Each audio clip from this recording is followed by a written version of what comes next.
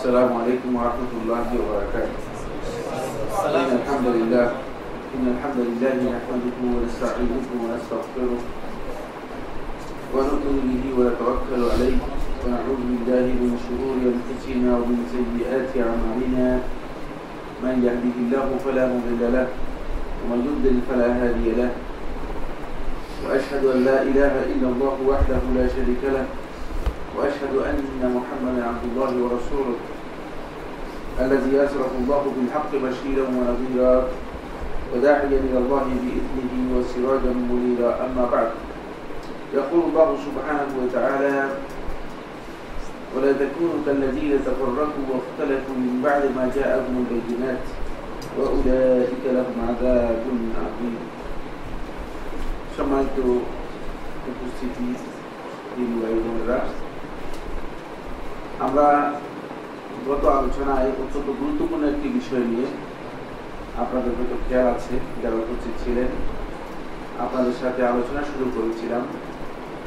সেটি হচ্ছে আল-মানহাজুত তাকফীরি, মাসআলাতুত তাকফীর, যে তাকফীর কাউকে কাফের আখ্যায়িত করা বা কাফের ফতোয়া দেয়া, কাফের মানে প্রতিপন্ন করা, এই যে বিষয়টি, এই মানহাজ, এই কর্মনীতি মূলত কিভাবে আমাদের মধ্যে বা মুসলমানদের মধ্যে বিস্তার লাভ করেছে, কিভাবে সে ঢুকেছে, এবং এই মাসআলা নিয়ে মূলত বর্তমানে একদল লোক মাসআলার গুরুত্ব ভয়াবহতা সম্পর্কে না জানার কারণে এই নিয়ে যথেষ্ট দৌড়াদৌড়ি করতেছে। তাদের অনেকেরই ধারণা হচ্ছে, মনে হয় যেন কাউকে কাফির বানাতে পারলেই বা কাফের আখ্যায়িত করতে পারলেই, কাফের গুরুত্ব দিতে পারলেই তার মনে হচ্ছে যেন একটা মানসিক প্রশান্তি লাভ করতে পারে। এটা আসলে মানসিক প্রশান্তির সাথে কোনো সম্পর্ক নেই। এই জন্য আমরা গত আলোচনার মধ্যে আপনাদের খেয়াল আছে কিনা যে মাসআলার খুতুরা, এর ভয়াবহতা কি, যে এই দিকগুলো আপনাদের সামনে তুলে ধরেছি। এবং এ কথা আমি গত আলোচনার মধ্যে যে বলেছি যে যারা এই কাজগুলো করছেন, কেন এই কাজগুলো করছেন, কি কাজে এগুলো নিজেদেরকে কি কারণে এর মধ্যে লিপ্ত করছেন। রাসূলুল্লাহ সাল্লাল্লাহু আলাইহি ওয়াসাল্লাম এদের একটা পরিচয় দিয়েছেন। এদের পরিচয় মূলত যেভাবে দেওয়া আছে, মানে এটি মিন আলামি নবুওয়াহ, নবী সাল্লাল্লাহু আলাইহি ওয়াসাল্লামের নবুয়তের বড় ধরনের দলিলের মধ্যে অন্তর্ভুক্ত, যে ঠিক যেভাবে সেই সময় যে পরিচয় দিয়ে গেছেন, ঠিক এই সময় এই পরিচয় তাদের মিল রয়েছে, কোনো ধরনের পার্থক্য নেই। এমনভাবে নবী সাল্লাল্লাহু আলাইহি ওয়াসাল্লাম তাদের সুনির্দিষ্ট পরিচয় দিয়ে গেছেন। হাদিসগুলো একেবারে সহিহ সনদে সাব্যস্ত হয়েছে, কোনোটা সহিহ বুখারীর মধ্যে, কোনোটা সহিহ মুসলিমের মধ্যে। আমরা গত আলোচনা তাদের বৈশিষ্ট্য সম্পর্কে, যে যারা এই কাজগুলোতে লিপ্ত হবে তাদের যে সমস্ত বৈশিষ্ট্য হবে, তাদের পরিচয় মানে যা হবে, সে সম্পর্কে কয়েকটি পয়েন্ট আলোচনা করেছি। আজকে সেখান থেকে আবার শুরু করছি। ১ নম্বর পয়েন্ট, যেটা রাসূলুল্লাহ সাল্লাল্লাহু আলাইহি ওয়াসাল্লাম হাদিসের মধ্যে ইরশাদ করেছেন, এই সহিহ বুখারীর হাদিস, উদাতাউল আসনান সুফাহাউল আহলাম। এরা বয়সের দিক থেকে হবে একেবারে কম বয়স্ক, কিশোর, তরুণ, বয়স এর পরিপক্কতা আসেনি, বয়সের মধ্যে পরিপক্কতা আসবে না, কিন্তু বয়সের এই পরিপক্কতা না থাকার কারণে সুফাহাউল আহলাম, বিবেক বুদ্ধি বিবেচনার দিক থেকে তারা একেবারে নির্বুদ্ধ, যে কেউ বুঝাই নিয়ে যেতে পারে। কারণ বয়সের পরিপক্কতা কিন্তু মানুষের বুদ্ধির পরিপক্কতার উপর নির্ভর করছে। বলে আল্লাহ সুবহানাহু ওয়া তাআলা মানে আল্লাহর বান্দাদেরকে বয়সের এই পরিপক্কতার উপর আল্লাহর বান্দাদেরকে আল্লাহ রাব্বুল আলামিন তাদের বিবেক বিবেচনা এগুলো দিয়ে থাকেন। এই জন্য নবী সাল্লাল্লাহু আলাইহি ওয়াসাল্লাম বড়দেরকে সম্মান করার জন্য হাদিসের মধ্যে নির্দেশও দিয়েছেন, এবং কোনো ক্ষেত্রে যদি কাউকে প্রাধান্য দিতে হয় তাহলে বড়কে প্রাধান্য দেওয়ার কথা বলেছেন। এই যে বড়, তাকে এগিয়ে দাও ছোটদের।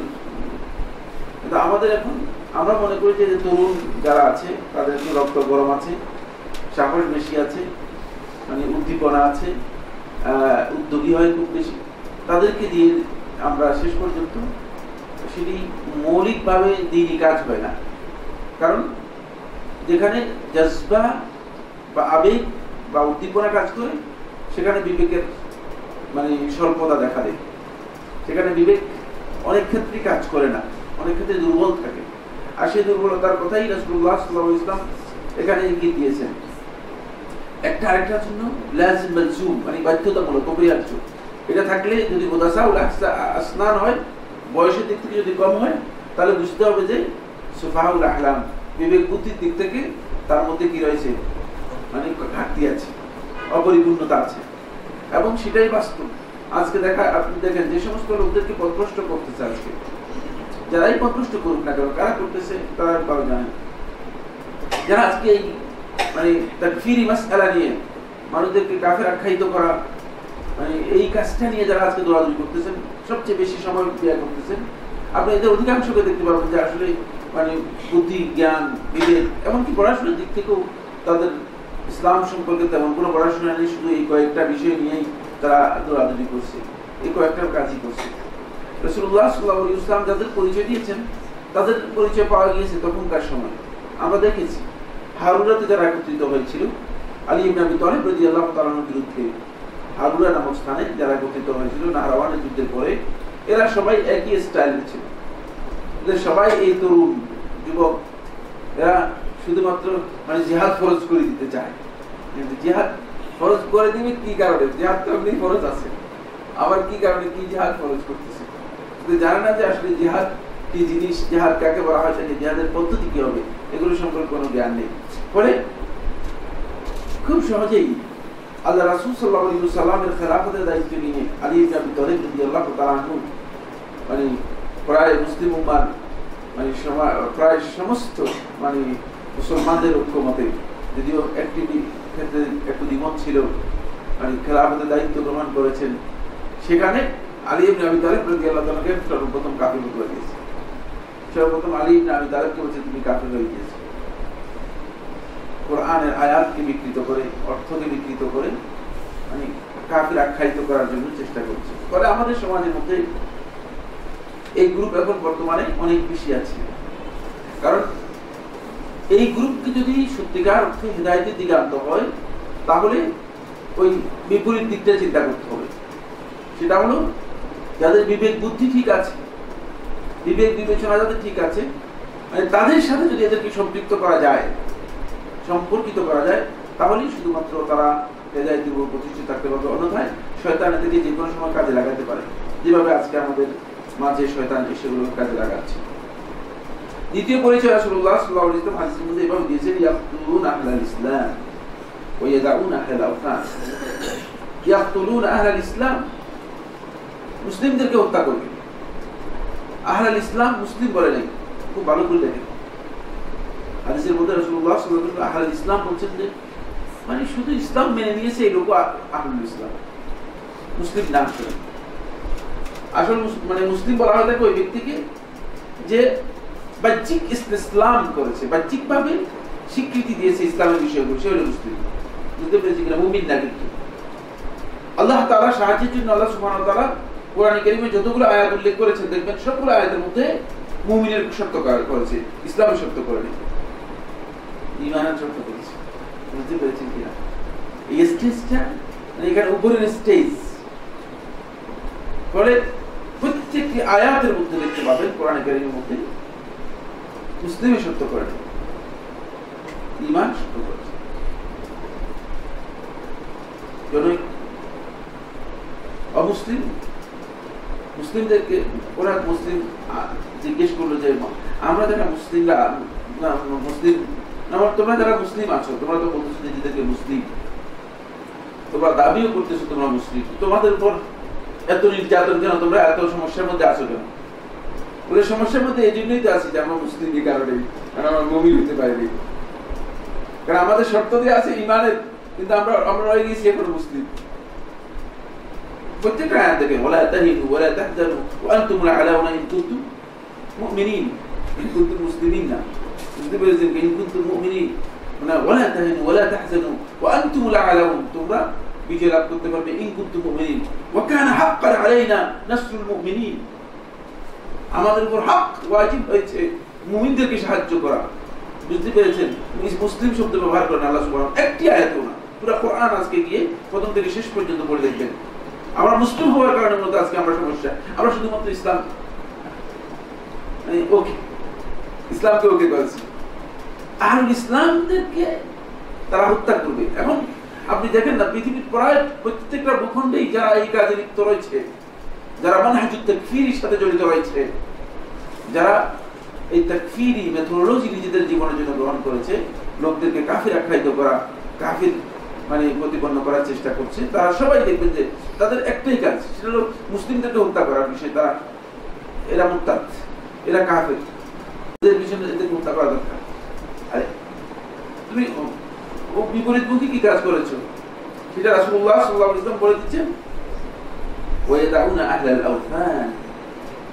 অথচ যারা মূর্তি বানিয়ে বানিয়ে রাস্তা রাস্তায় ঘুরতেছে, মাথার উপর মূর্তি দিয়ে ঘুরতেছে, তাদেরকে কোনো কিছু বলে না, তাদের ব্যাপারে কোনো ফতোয়াবাজিও নেই, কিচ্ছু নেই, কোনো বক্তব্যই নেই। এটা এত বাস্তব কথা যে মনে হয় যেন অক্ষরে অক্ষরে আল্লাহ নবী সাল্লাল্লাহু আলাইহি ওয়াসাল্লাম যেভাবে বলেছেন সেভাবেই প্রমাণিত হচ্ছে আমাদের এই বর্তমান এই যুগে।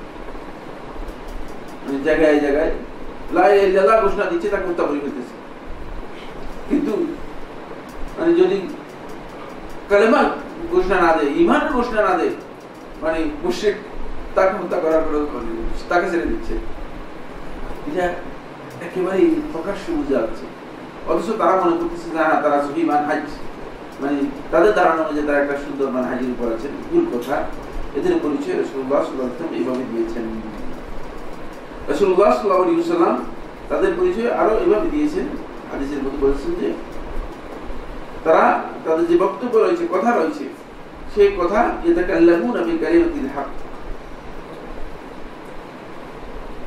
যা বলবে আপনি যখন শুনবেন বাহ্যিকভাবে হক কথাই বলেছে, ইয়াতাকাল্লামুনা বিকালিমাতিল হক। আর ওয়ায়াকুলুনা মিন কাওলি খায়রিল বারিয়্যা, একেবারে মনে হয় যেন খুব শ্রেষ্ঠ ব্যক্তির বক্তব্য অথবা নবী সাল্লাল্লাহু আলাইহি ওয়াসাল্লাম বক্তব্যের মতো এই ধরনের বক্তব্য দিচ্ছে। এত মানে আপনার বক্তব্য শুনলে আপনার মনে হবে যেন তারা মানে মহাজ্ঞানী, ইসলামের মহাপণ্ডিত, এই ধরনের বক্তব্য দিচ্ছে। কিন্তু তাদের বাস্তব পরিচয় হচ্ছে তাদের কাজ হবে পুরা উল্টা। তাদের কাজটা হবে কি পুরা উল্টা। কথা বলতেছে সুন্দর, হক কথাই বলছে, কোরআন এবং হাদিসের দলিল দিয়ে পথভ্রষ্ট হয়েছে যে যারা, তাদের মধ্যে একদম যারা এই মানহাজ, এই কর্মনীতিকে, মানে তাকফীরি কর্মনীতিকে, অন্যকে কাফের আখ্যায়িত করার এই কর্মনীতিকে যারা গ্রহণ করেছে, তারা মূলত তাদের কাজ হবে পুরো উল্টা। কারণ রাসূলুল্লাহ সাল্লাল্লাহু আলাইহি ওয়াসাল্লাম তাদের কাজ বলে দিয়েছেন যে তাদের কাজটা হচ্ছে ইসলাম এবং মুসলমানদের বিরুদ্ধে। ইসলামের বিরুদ্ধে অবস্থান নেওয়ার অর্থই হচ্ছে আপনি মুসলমানদের বিরুদ্ধে অবস্থান নিলেন এবং অমুসলিমদেরকে সাহায্য করলেন, অমুসলিমদের সহযোগিতা করলেন, একদিক থেকে অমুসলিমদের সহযোগী শক্তি হিসেবে কাজ করলেন। ফলে কথাবার্তা খুব সুন্দর, কালেমাতুল হক। আপনি যখন আলী ইবনে আবি তালিব রাদিয়াল্লাহু তাআলার সামনে দাঁড়ালেন,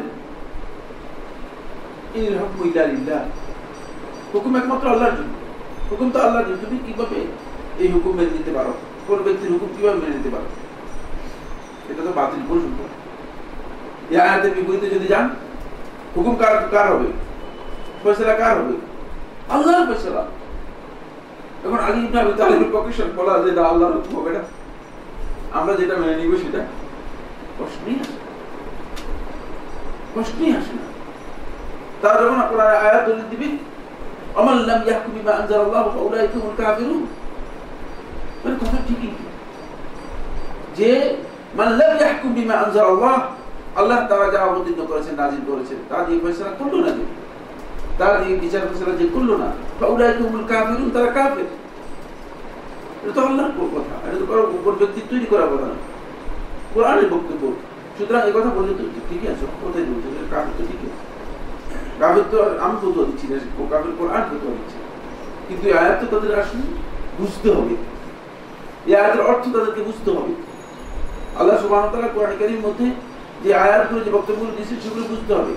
এগুলোকে ব্যবহার করে দেখা গেছে যে খুব সুন্দর কথা, খুব সহজভাবে লোকেরা মনে করতেছে এটা তো হক, কিন্তু হক এবং বাতিলের মধ্যে বড় ধরনের ইলতিবাস, বড় ধরনের সংমিশ্রণ ঘটিয়ে দিয়েছে।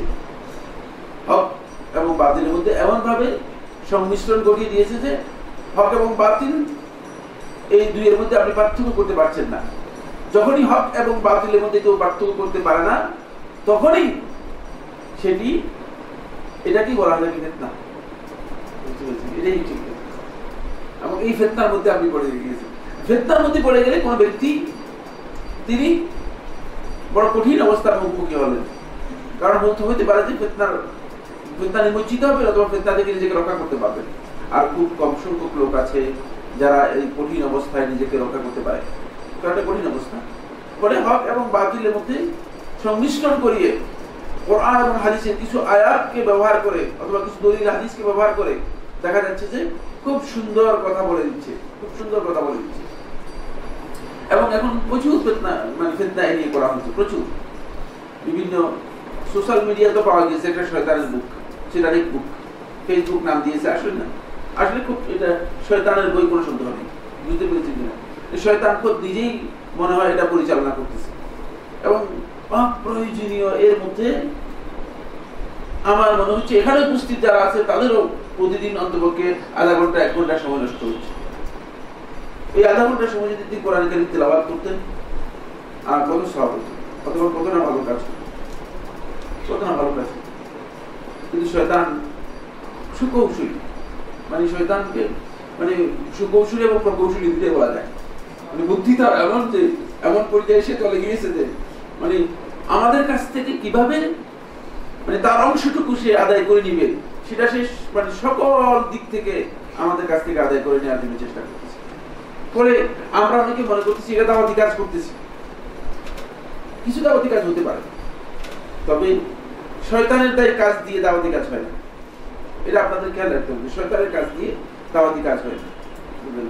দাওয়াতি কাজের মানহাজ নবী সাল্লাল্লাহু আলাইহি ওয়াসাল্লাম দেখিয়েছেন। আর দাওয়াতি কাজের মধ্যে যখন দেখবেন যে শয়তানের কোনো স্কোপ থেকে যায়, তাহলে বুঝতে হবে যে এটা দাওয়াতি কাজ নেই, এখানে দাওয়াতি কাজ নেই। বলে আমরা এগুলোর মাধ্যমে অনেক দিক থেকে ক্ষতিগ্রস্ত হচ্ছি। তাহা মিথ্যা কথা, এবং এগুলোর মাধ্যমে লোকদেরকে পথভ্রষ্ট করার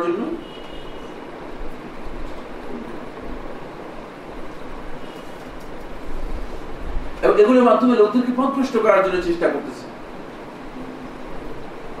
যখন কোরআন হাদিসের বক্তব্য দেয়, হাদিস নম্বর দিয়ে সবগুলো দিয়ে যখন আমাদের সামনে তুলে ধরে, তখন একদম মনে করে যে না ঠিকই আছে, রেফারেন্স দিয়েছে, সুতরাং এই কথা হক করতে পারে। ফলে তিনি তো জানেন যে আসলে হক এবং বাতিলের মধ্যে কোন জায়গায় গিয়ে হকটা বাতিলের সাথে মিশে গিয়েছে। বুঝতে পেরেছেন কিনা?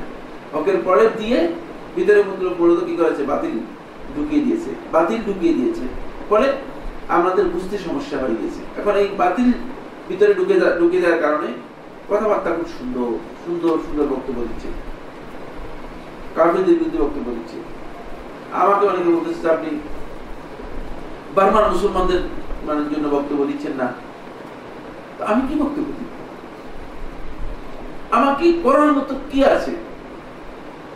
আমাকে সর্বোচ্চ যেটা আমি করতে পারি সেটা হচ্ছে আমি এখানে বসে বসে কাঁদতে পারি আপনাদেরকে নিয়ে, আপনাদেরকে নিয়ে, সবাইকে নিয়ে বলে আসেন বসে আমরা কাঁদি। কিন্তু আল্লাহ নবী সাল্লাল্লাহু আলাইহি ওয়াসাল্লাম কান্না নিয়ে হাঁটে নিষেধ করেছেন, বড় কুফরি বলেছেন, কাঁদারও সুযোগ রাখেন নাই। কিন্তু আমাদের অন্তরগুলো সত্যিকার অর্থে রক্তক্ষরণের মুখ হচ্ছে, কিন্তু কিছু বলার মতো করার মতো ক্ষমতা তো আমাদের কাছে কিছুই আমাদের কাছে নেই, যে আমরা আল্লাহ তাআলার কাছে শুধু বলতে পারি। এখন এর বিরুদ্ধে কি বক্তব্য দিব? এর বিরুদ্ধে মিছিল আর মানববন্ধনে এই সমস্যার সমাধান হবে কিনা আপনারা মনে করেন কিনা? এটা ফালতু কাজ। কেমন পর্যন্ত মিছিল আর মানববন্ধনে এই সমস্যার সমাধান হবে? যাদের সমস্যার সমাধান করার ক্ষমতা আছে তারা সমস্যার সমাধান না করলে এটা সমস্যার সমাধান হবে না। মুসলিম উম্মার যারা কর্তৃত্বে রয়েছে, দায়িত্বে রয়েছে, তাদের প্রত্যেকের উপর যে আইন করছে যে মুসলমানদের এই দুর্দিনে বারবার মুসলমানরা যে কঠিন অবস্থার মধ্যে রয়েছে, এই কঠিন অবস্থায় তাদের বিষয়টি সমাধান করে এদের উপর যে আইন, তারা যদি সেটা সমাধান না করে থাকে, আমি কোথেকে সমাধান করবো? আমি তো নিজে থাকার ব্যবস্থা নেই, আমার অন্যের ব্যাপারে কি সমাধান করতে পারে? মানুষ শুধু আবেগ দিয়ে চলছে, খুব সহজ আবেগ দিয়ে মানুষদেরকে বিভ্রান্ত করা যায়, মানুষদেরকে পথভ্রষ্ট করা যায়, কিন্তু হক যেটা সেটা কিন্তু মানুষের কাছে তুলে ধরা যায় না। বলে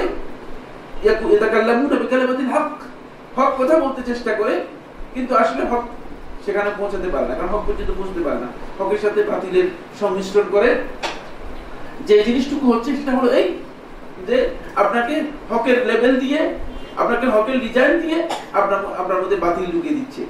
ফলে আপনি মনে করতেছেন না মানে আমাদের আলেমরা যেগুলো বলতেছে এগুলো ভুল বলতেছে। আলেমদেরকেও পর্যন্ত আজকে বিতর্কিত করার জন্য চেষ্টা করা হচ্ছে, কারণ আলেমদের বিরুদ্ধে বলতে পারলে সবচেয়ে বড় লাভ শয়তানের। শয়তানের সবচেয়ে বড় লাভ হচ্ছে যদি আলেমদের বিরুদ্ধে বলা যায়, কারণ আপনি আলেমদের কাছ থেকেই তো গ্রহণ করবেন না।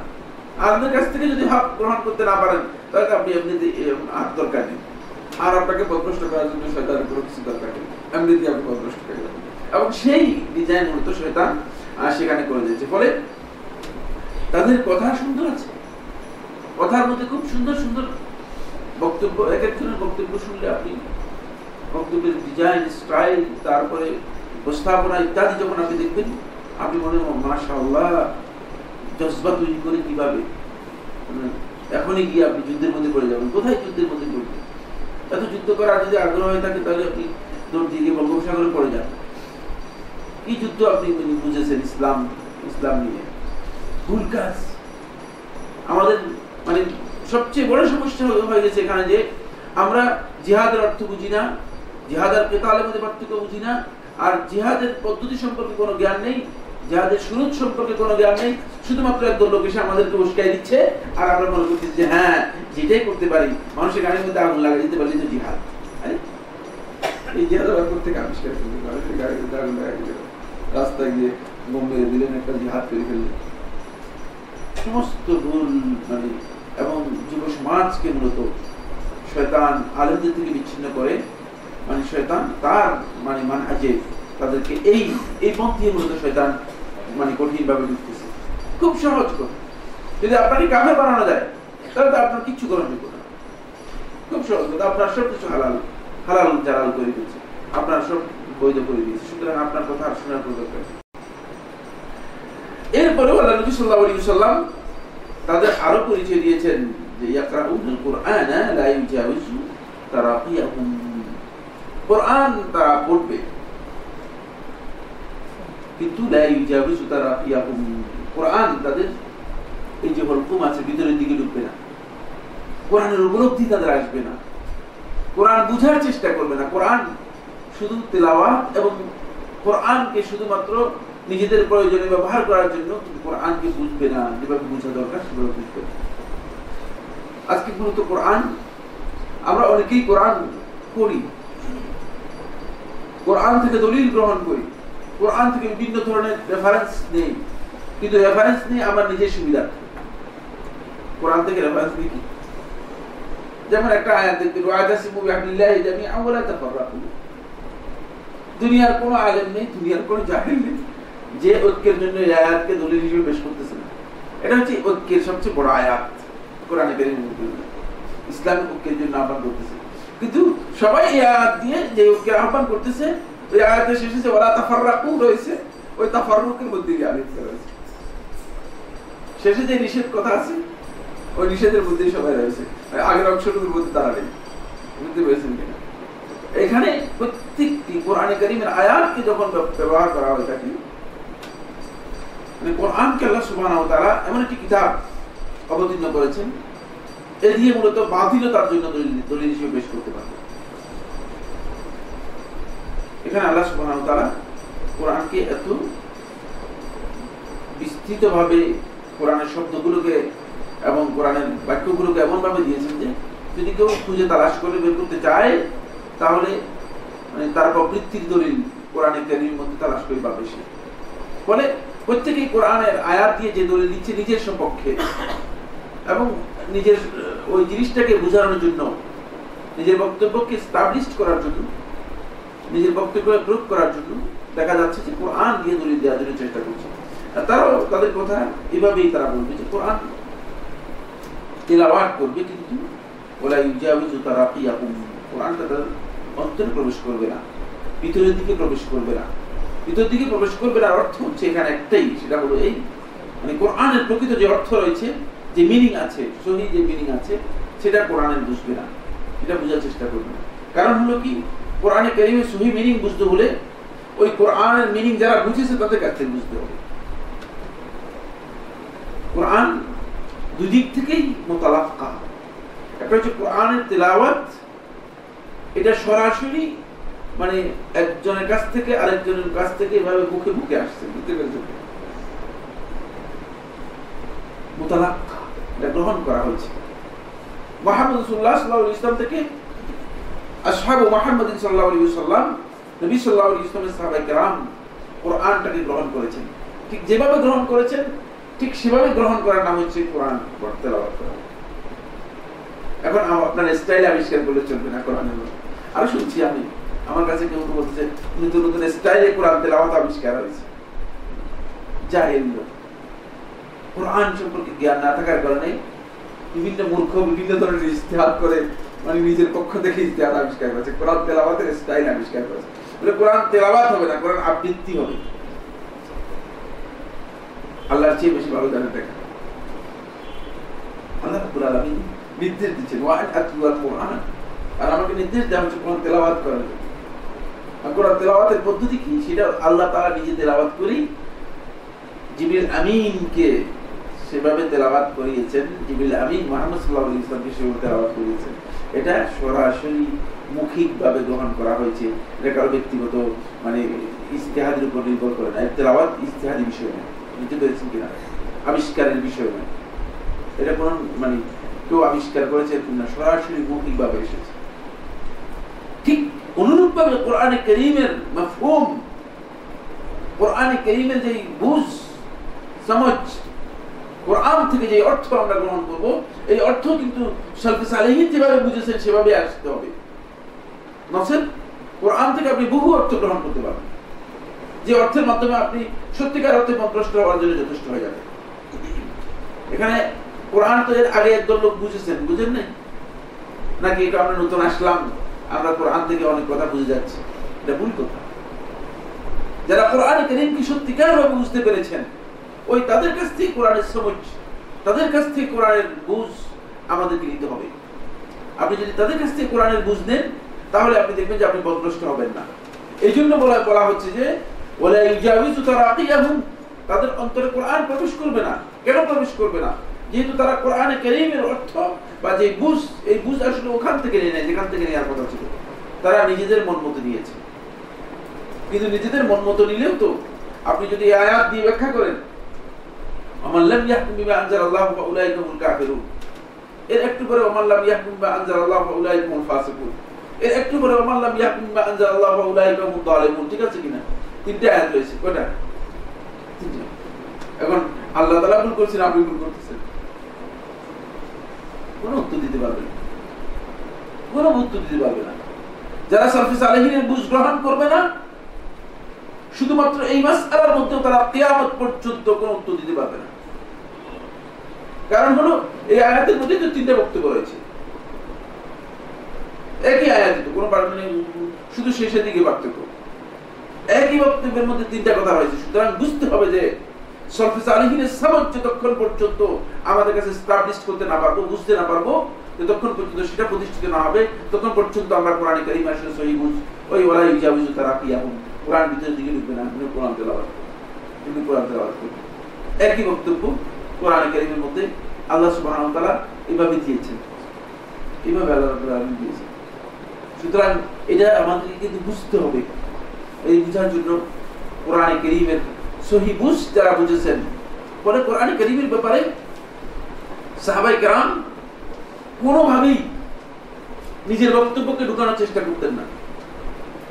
এক ব্যক্তি এসে আবু বকর রাদিয়াল্লাহু তাআলা আনহু জিজ্ঞেস করলেন, খুব সহজ, ফাকিহাতান ওয়া আব্বা মাতাআন লাকুম ওয়া লিআনআমিকুম। ফাকিহা খুব সহজ কথা, আরবি ভাষা আপনারা জানেন, ফাকিহা হলো ফল। আব্বা এই শব্দের অর্থ, এটা খুবই আরবের মানে শিশুকে জিজ্ঞেস করলেও, একটা শিশুকে যদি জিজ্ঞেস করা হয়, এই শিশুও জানার কথা তখনকার সময় যেহেতু সারিকা আরবিয়া, তখনকার আরবদের কাছে এটা পরিচিত ছিল একেবারে। মানে একটা শিশুকে যদি জিজ্ঞেস করা হয় তাহলে এর উত্তর দিতে পারবে। আবু বকর রাদিয়াল্লাহু তাআলা একজন জিজ্ঞেস করলো যে ফাকিহা বুঝতে পেরেছি, কিন্তু আব্বা শব্দের অর্থটা মানে কি বোঝানো হচ্ছে আমি বুঝতে পারি না, তুমি একটু বলো তো। আবু বকর রাদিয়াল্লাহু তাআলা বলছেন, আবু বকর রাদিয়াল্লাহু তাআলা বলে বলো এর অর্থ কি বুঝিয়েছেন। যেহেতু আবু বকর রাদিয়াল্লাহু তাআলা এই ব্যাপারে আল্লাহ নবী সাল্লাল্লাহু আলাইহি ওয়াসাল্লাম থেকে কোনো সুনির্দিষ্ট নির্দেশনা পান নাই, তখন তিনি আর এর ব্যাপারে বক্তব্য না দিয়ে তিনি বলছেন আইয়ু সামাইন তুকল্লুনি ওয়া আইয়ু আরদিন তুদল্লুনি, আইয়ু সামাইন তুদল্লুনি ওয়া আইয়ু আরদিন তুকল্লুনি ইযা কুনতু ফি কালামিল্লাহি বিগাইরি ইলম। যদি আল্লাহর কালামের মধ্যে না জেনে আন্দাজে কোনো কথা বলি তাহলে কোন আসমান আমাকে ছায়া দিবে, কোন জমিন আমাকে স্থান দিবে, এটা আমি বলতে পারবো না। কাজী নবী সাল্লাল্লাহু আলাইহি ওয়াসাল্লামের কাছ থেকে আমার এই সম্পর্কে অথচ শব্দের অর্থ জানা আছে, জানা নেই যেমন না আবু বকর রাদিয়াল্লাহু তাআলা না জানলে এই আরবি শব্দ মানে সাধারণ পাবলিক জানে যেটা কোনো সন্দেহ নেই জানতেন, কিন্তু কেন বলেন নাই?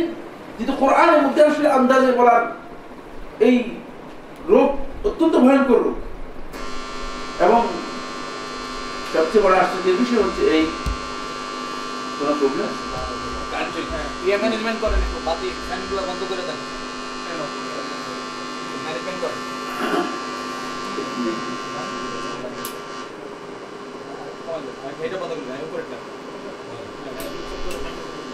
ঠিক আছে, ঠিক। তাই বলতেছিলাম যে কোনোভাবেই আমরা যদি কোরআন কারীমের মধ্যে নিজেদের খাহেশ দিয়ে নিজেদের ইচ্ছা দিয়ে কোনো কিছু বলতে যাই তাহলে কিন্তু সালিমের বুঝ থেকে আমরা বিচ্যুত হয়ে যাব। আসুন এই বিষয়ে শেখুল ইসলাম ইবনে তাইমিয়া রাহমাতুল্লাহ সুন্দর একটি কথা বলেছেন।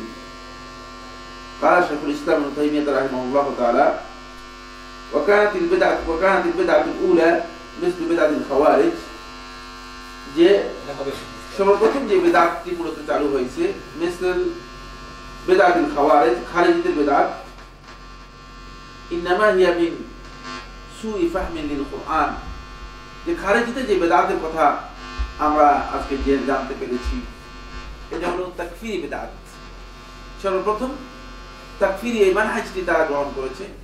শেখুল ইসলাম ইবনে তাইমিয়া রাহমাতুল্লাহ আলাইহি মাজমু ফাতাওয়ার মধ্যে উল্লেখ করে তিনি বলেন যে এই বেদাতটি সর্বপ্রথম প্রত্যেকে কিভাবে আবিষ্কার হলো, ইননামা হিয়া মিন সুই ফাহমিন লিল কুরআন,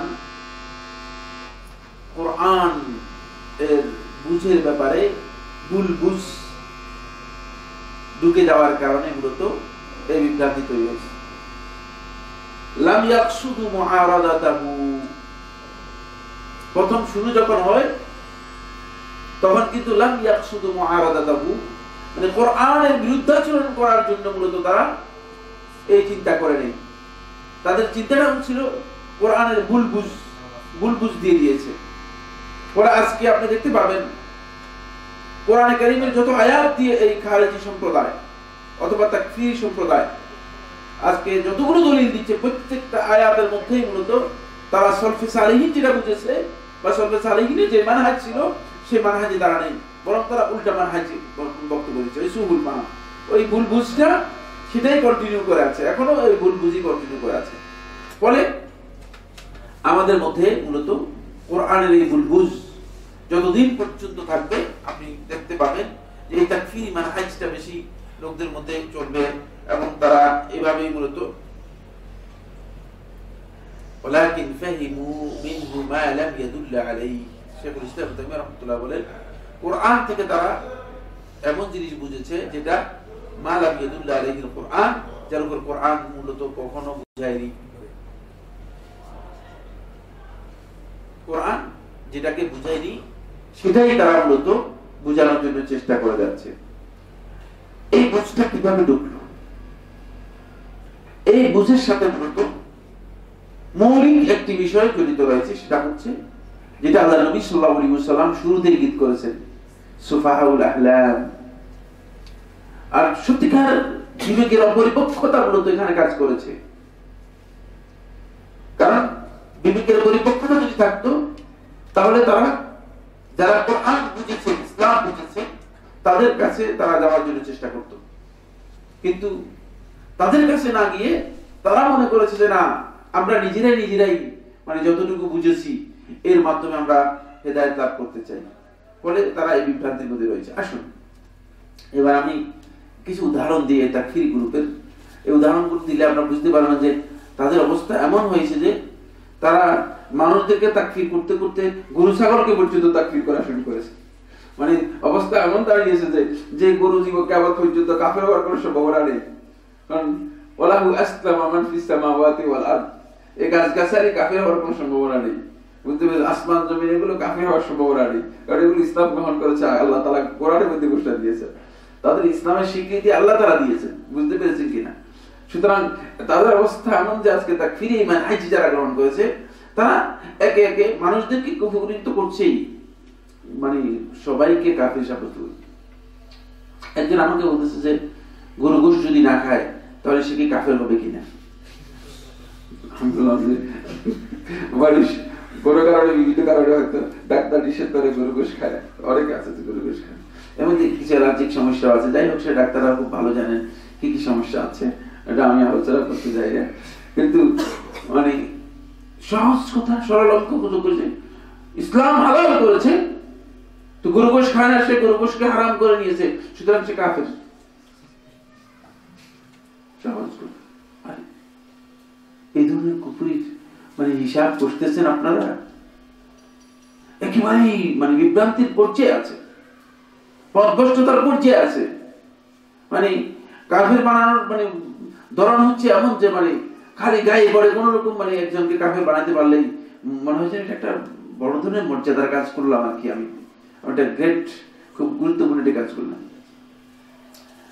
আমি কোন এক মানে অফিসে বসে আছি, একটা বড় অফিসে, নামও বললাম না, তো একজনকে দেখলাম যে মানে জামা কাপড় দেখে আমার মনে হচ্ছে যে একটা গ্রুপ, সুনির্দিষ্ট একটা গ্রুপের মানে কোট টোট দেখে বোঝা গিয়েছে হয়তো কোনো হাই লেভেলের লোক হয়ে পরে আমি পরিচয় দিতে যাইনি, আমার সে পরিচয় দিয়ে নেই। তো হঠাৎ করে মানে কোন ধরনের ভূমিকা বা ইন্ট্রোডাকশন ছাড়াই বলে উঠলো যে সৌদিরা তো কাফের। ভালোই তো দেখা যাচ্ছে, মানে কোথা থেকে আসলো না, কালা কোট গায়ে দিয়ে আমার বলতেছে সৌদিরা কাফের। আচ্ছা কি ব্যাপার, সমস্যা কি বলেন? কিভাবে কাফের হলো তারা? বলে যে এরা তো সুন্নত পড়ে না সৌদিরা, আর সুন্নত না পড়লে তো রাসূল সাল্লাল্লাহু আলাইহি ওয়াসাল্লাম ভালোবাসা অন্তরে নেই, রাসূলের ভালোবাসা তাদের অন্তরে, এরা কাফের। আসলে কথা তো ঠিক বলেছে, আপনি কি মনে করেন? রাসূলের ভালোবাসা যদি কারো অন্তরের মধ্যে না থাকে সে কাফের। এই মাসআলার ব্যাপারে কোনো দ্বিমত নেই। বুঝতে পেরেছেন কিনা? এই মাসআলার মধ্যে কি নেই, কোনো দ্বিমত নেই।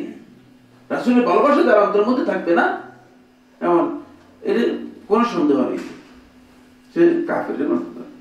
আমরা ছোটবেলা মান্তিক পড়েছিলাম, মান্তিক লজিকের মানে সাবজেক্টের মানে মাদ্রাসাগুলোতে পড়ানো হতো, এখন বর্তমানে হয়তো পড়ানো খুব কম। তো মানুষ পায়খানা খায়, আরে মানুষ পায়খানা খায় কি বলতেছে? হ্যাঁ, মানুষ মোরগ খায়, মোরগে পায়খানা খায়, তো মাঝখানে দুটো বাদ দিলেই তো মানুষ পায়খানা খায়।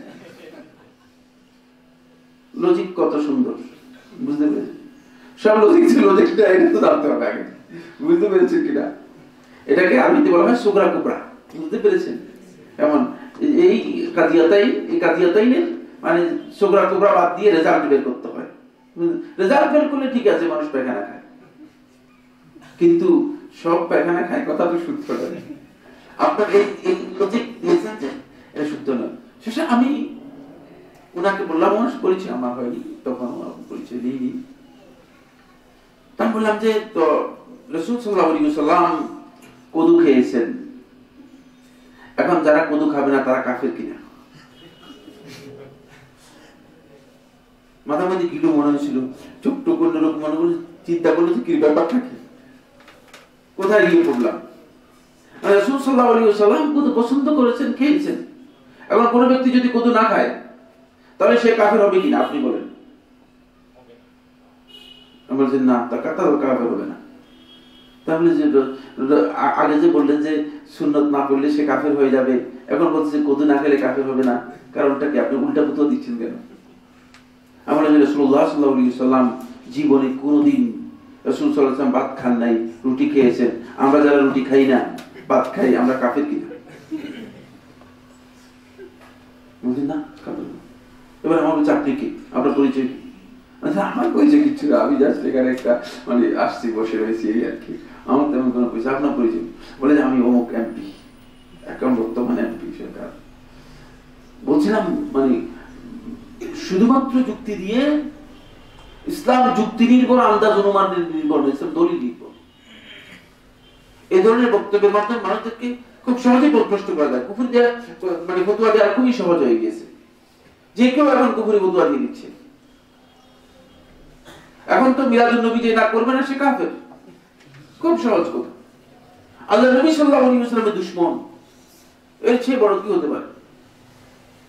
আমি কোন এক জায়গায় মসজিদের মধ্যে আল্লাহ আর মুহাম্মদ, আমাদের নির্দেশনা ছাড়াই, আমাদের মসজিদ আমাদের নির্দেশনা ছাড়াই আল্লাহ এবং মুহাম্মদ ঝুলিয়ে দিয়েছে।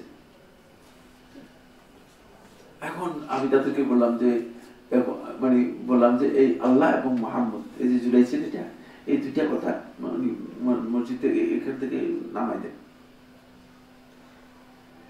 তো ভয়ঙ্কর অবস্থা, কি আল্লাহ এবং মুহাম্মদ এই দুজনের দুশমন, কত বড় দুশমন! মানুষ দেখার জন্য আসছে চতুর্দিক থেকে যে কোন ধরনের দুশমন। আল্লাহ এবং মুহাম্মদ এটা নামাই দিতে হচ্ছে মসজিদ থেকে। মানে বিষয়টা কত জটিল, মানে এটা তো সবচেয়ে বড় কুফরি কাজ। আপনি আল্লাহ এবং মুহাম্মদের দুশমন, কিন্তু আপনি বুঝতে পারছেন আল্লাহ এবং মুহাম্মদ লাগানোর মানে এই হুকুমটাকে কেন লাগাইছেন, কোনো প্রয়োজন আছে কিনা, ইসলামের ব্যাপারে কি বলেছে। কিন্তু এগুলো সম্পর্কে আমাদের কুফরির সিস্টেম হয়ে গেছে এখন এইভাবে। ফলে আমরা শুধুমাত্র মানে নিজেদের আবেগ দিয়ে, নিজেদের ধারণা দিয়ে মানে মানুষদেরকে কুফরি বলি। ইসলামিক স্টেটের আনুগত্য যে স্বীকার করবে, বায়াত করবে না, সে কাফের। খুব সহজ কথা। আর ইসলামিক স্টেট কি জিনিস, এর কোন অস্তিত্ব পৃথিবীর কোথাও আছে কিনা, এই প্রশ্নটা কিভাবে আমাদের মধ্যে আসলো? এর অস্তিত্ব কোথায়? কে এর অস্তিত্ব মানে স্বীকার করেছে? পৃথিবীর কোন আলেম স্বীকার করেছে কিনা? আগে প্রথম সেটা জিজ্ঞেস করতে চাই। পৃথিবীর কোন রাষ্ট্র স্বীকার করেছে কিনা? তো তাহলে এটা কিসের ভিত্তিতে ইসলামিক স্টেট হতে পারে? ফালতু কথা। মানে আজকে মানে আমাদের কুফরি সহজ কুফর, মানে আপনি আচ্ছা ঠিক আছে আলেম আর কি, কিন্তু ইসলামিক স্টেটের আনুগত্য না করলে সে কাফের। বায়াত করতে হবে। বায়াত কি জিনিস, কার বায়াত করতে হবে? একটা জিনিস মানে এমন ব্যাপকতা লাভ করেছে যে না, বায়াত না করলে সে মানে তার জাহেলি মৃত্যু, সে কাফের। খুব সহজ কথা। বায়াতটা কি জিনিস, কাদের বায়াতের কথা বলা হয়েছে ইসলামের মধ্যে? এমনকি সুন্নাহপন্থী অনেকে আছে এখন বেদাতি কাজে, এই বায়াতি কাজে লিপ্ত রয়েছে। নিজেদেরকে মনে করতেছে যে আমরা বায়াত করলে মানে কেউ নিজেকে আমির পোস্ট নিয়েছে, কেউ ওই পোস্ট নিয়েছে। আর তোমার আমির, তুমি কিসের আমির? আমির কাকে বলা হয়? আমির বলা হয় কি মানে মাল্লাহুল আমর। আমিরের অর্থ হচ্ছে মাল্লাহুল আমর, যার নির্দেশ দেওয়ার অধিকার আছে, কমান্ড করতে পারে, সে হচ্ছে আমির। মানে আমি সাইফুল্লাহ এখানে একজন লোকেরও একটা কমান্ড করার অধিকার কিনা, বুঝতে পেরেছেন কিনা? কি অধিকার? আপনি যদি আপনার নিজে দাঁড়ান, আপনি যদি নাম দাঁড়াবো, আমি কিচ্ছু বলতে পারবো? কিছু বলার ক্ষমতা রাখি, কিছুই বলার ক্ষমতা রাখি। সুতরাং কিসের ভিত্তিতে আমরা আসলে এই সমস্ত পথনষ্টতার মধ্যে, এবং সেগুলোই দেখা যাচ্ছে যে আজকে ধারণার মাধ্যমে মানে মুসলমানদেরকে তাদের মানে যে মুসলিমকে যদি মানে কাফের আখ্যায়িত না করেন তাহলে আপনি কাফের। শেখুল ইসলাম মোহাম্মদ তামিমি রহমতুল্লাহ, আমরা এটা আলোচনা করবো সামনে, বিস্তারিত আলোচনা করবো এর বিভ্রাট কি। শেখুল ইসলাম মোহাম্মদ তামিমি রহমতুল্লাহ মানে ওই নওয়াকিদুল ইসলামের মধ্যে একটি পয়েন্ট আলোচনা করেছেন। না বুঝে আন্দাজে ওই পয়েন্ট নিয়ে এসে মানে এখন মুসলমানদেরকে যদি আপনি কাফের বলে না করেন, আপনি কাফের। অথচ আল্লাহ রাসূল সাল্লাল্লাহু আলাইহি ওয়াসাল্লাম আহলুল ইসলাম, ইসলাম এর ঘোষণা দিয়েছে, মানে ইস্তাকবালা কিবলাতানা ওয়া আকালা যাবিহাতানা, কিচ্ছু বলতেছে না। ইস্তাকবালা কিবলাতানা, আমাদের কিবলা হিসেবে মেনে নিয়েছে। ওয়া আকালা যাবিহাতানা, এবং আমাদের মানে জবাকৃত প্রাণী ভক্ষণ করে খায়, ওয়াসাল্লা সালাতানা, এবং আমাদের নিয়ম অনুযায়ী নামাজ পড়ে, আল্লাহ নবী সাল্লাল্লাহু আলাইহি ওয়াসাল্লাম তাদের ঈমানের সাক্ষী দিচ্ছেন, তাদের কথা বলছেন, আপনি পুরা মানে উল্টা দিকে মানে দৌড়াচ্ছেন, উল্টা দিকে যাচ্ছেন, যে না মুসলিমদেরকে মানে আপনার আন্দাজ অনুযায়ী আপনি যাকে ধারণা করে বলছেন যে কাফের বানিয়েছেন, এখন আমি তাকে কাফের মনে করতে হবে। কারণটা কিসের ভিত্তিতে এই দলিল কিভাবে হয়েছে? ফলে মুসলমানদের মধ্যে মূলত তাকফিরি এই মানহাজ এবং এর ব্যাপকতা এত বেশি বেড়ে গিয়েছে যে, এবং এটাকে আমাদের অনেক বন্ধু বলেছেন যে মানে একদল আরেক দলকে কাফের সাব্যস্ত করতে করতে শেষ পর্যন্ত মুসলমানই পাওয়া যায়নি তালাশ করে। কারণ আমাকে আপনি কাফের বলতেছেন, আমি আপনাকে কাফের বলতেছি, এভাবে একদল আরেক দলকে কাফের বলতে বলতে শেষ কারা মুসলিম? এখানে মুসলিমই তো তালাশ করে পাওয়া গেল না, আল্লাহর বান্দাই তো তালাশ করে পাওয়া গেল না, সবই তো কাফের দেখা যাচ্ছে। এই কাজ আসলে ইসলামিক কাজ না, মুসলমানদের কাজ না। মুসলমানরা আমরা মৌলিক যে দায়িত্বগুলো আছে সেই দায়িত্বগুলো বর্জন করে এই সমস্ত কাজের মধ্যে লিপ্ত হয়, আমরা সত্যিকার অর্থে নিজেরা ক্ষতিগ্রস্ত হচ্ছি। ফলে মানে তাকফিরি মানহাজের লোকদের বর্তমানে দেখতে পাবেন আপনি খুব সহজেই তাড়াহুড়ো করেই কুফরের জন্য মানে এগিয়ে যাচ্ছে। মানে সরকারের কুফরের জন্য, একটা দেশের কুফরের জন্য খুবই সহজ কথা। বলে এই দেশে সুদী ব্যাংক আছে কিনা, আমরা একটু জিজ্ঞেস করতেছিল, আমাদের সৌদি আরবে সুদী ব্যাংক আছে কিনা, আমরা আছে সুদী ব্যাংক নাই, আছে তো তাহলে সৌদিরা কাফের।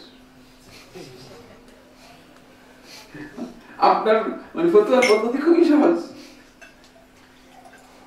এত সহজ পদ্ধতিতে মুসলমানদেরকে বদভ্রষ্ট করার জন্য চেষ্টা করা হচ্ছে, মুসলমানদেরকে বদভ্রষ্ট করার জন্য চেষ্টা করা হচ্ছে।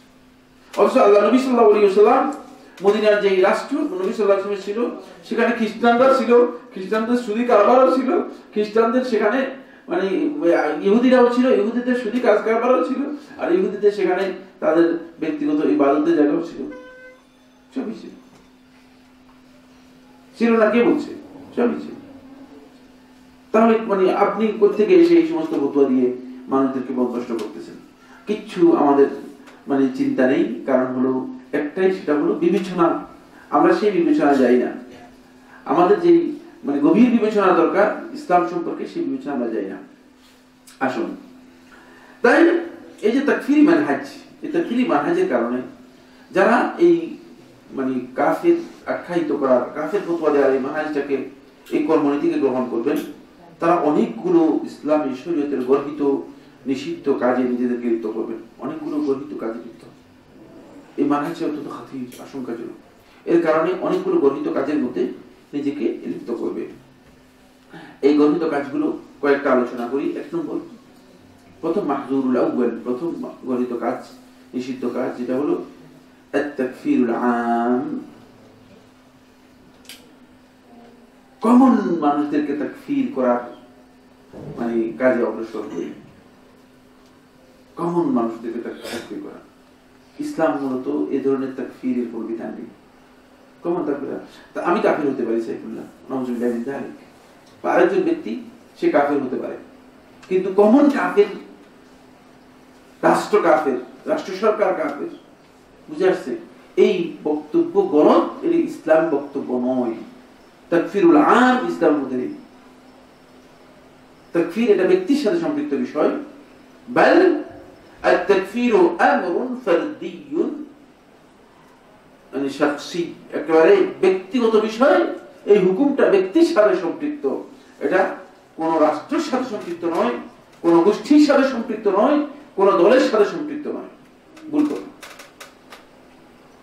দলের মধ্যে হয়তো এমন ব্যক্তি থাকতে পারে যে ব্যক্তি এই সম্পর্কে কিচ্ছু জানে না, রাষ্ট্রের মধ্যে এমন ব্যক্তি থাকতে পারে যে হয়তো রাষ্ট্রের এই সম্পর্কে তার কাছে কোনো জ্ঞান নেই, হতে পারে যে সে জীবনে কোনো সময় কাজ করে বই। মানে আপনি কমন মানুষদেরকে তাকফীর করার এই পদ্ধতিতে আপনি কি হবেন? পথভ্রষ্ট হয়ে যাবেন। ইসলাম এই কমন তাকফীরকে মোটেও বৈধ করে নেই। তাকফীরটা যদি আপনি কোনো কারণে কোনো গ্রুপ, কোনো সম্প্রদায়ের মধ্যে